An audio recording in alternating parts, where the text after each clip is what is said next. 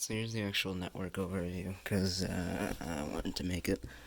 So the white cable here is the coax cable coming up from the basement. That's from the ISP, and that's going into this here, which is the ISP provided modem, which I currently have in bridge mode, so it just kind of acts as a modem instead of an all-in-one gateway, because all-in-one gateways are stupid and you should never use them.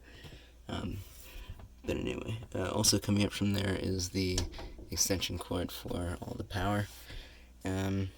Plugged into here is the thing that's going to here, which is powering the modem, the switch, the switch in the router, which we'll get to.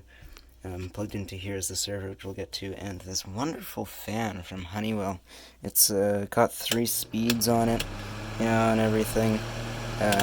I'll leave it off for the tour just so there's no noise. The only reason I had to put this thing in here is because of this stupid old Nighthawk router. It has issues with coil line, actually, which is why we replaced it, because the cooling system in it was crap, and the connection kept dropping out, and it was interfering with my dad's work, and it was, stupid. And so I got this thing here, which we'll get to in a minute. So yeah, the white cable's going into here, and then it's going out through this, actually, really, really nice Cat6a cable. It's solid core, and it's actually got PCBs in the connectors. I've actually got 2. One that's running from here to the router, and one that's running from the router to the switch. The router is a Netgear Orbi mesh Wi-Fi system. There's actually 2 other satellites that are placed around the house, so it's a mesh Wi-Fi system.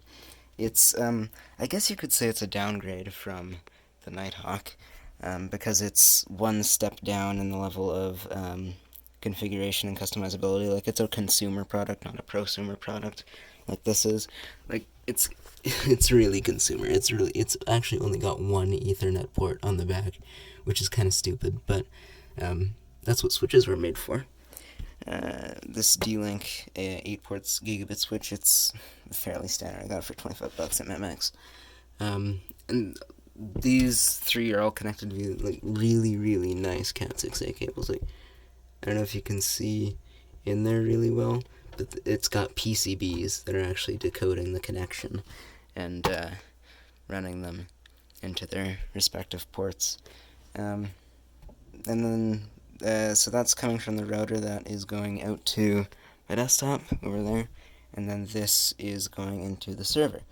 The server is a Lenovo ThinkCentre Tiny. I don't know exactly which model it is, but I know it has, I think, a 5th gen i5 Pro quad core, I think. It's got 12 gigs of RAM in it, upgraded from 8, and then as well as a 256 gig Crucial SSD that I also upgraded in it. Yeah, that's pretty much it, all cable tied down and everything. This was a bitch to set up, I'll say that much. Cable management in tight spaces is really not a nice thing to do.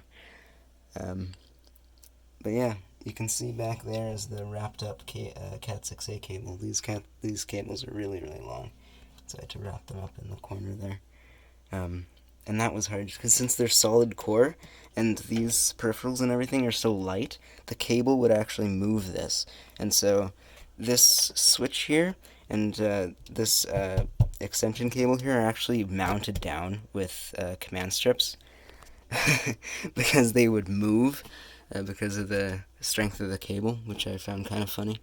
But yeah, I'll just go ahead and turn the fan back on and close it up. And that's my network.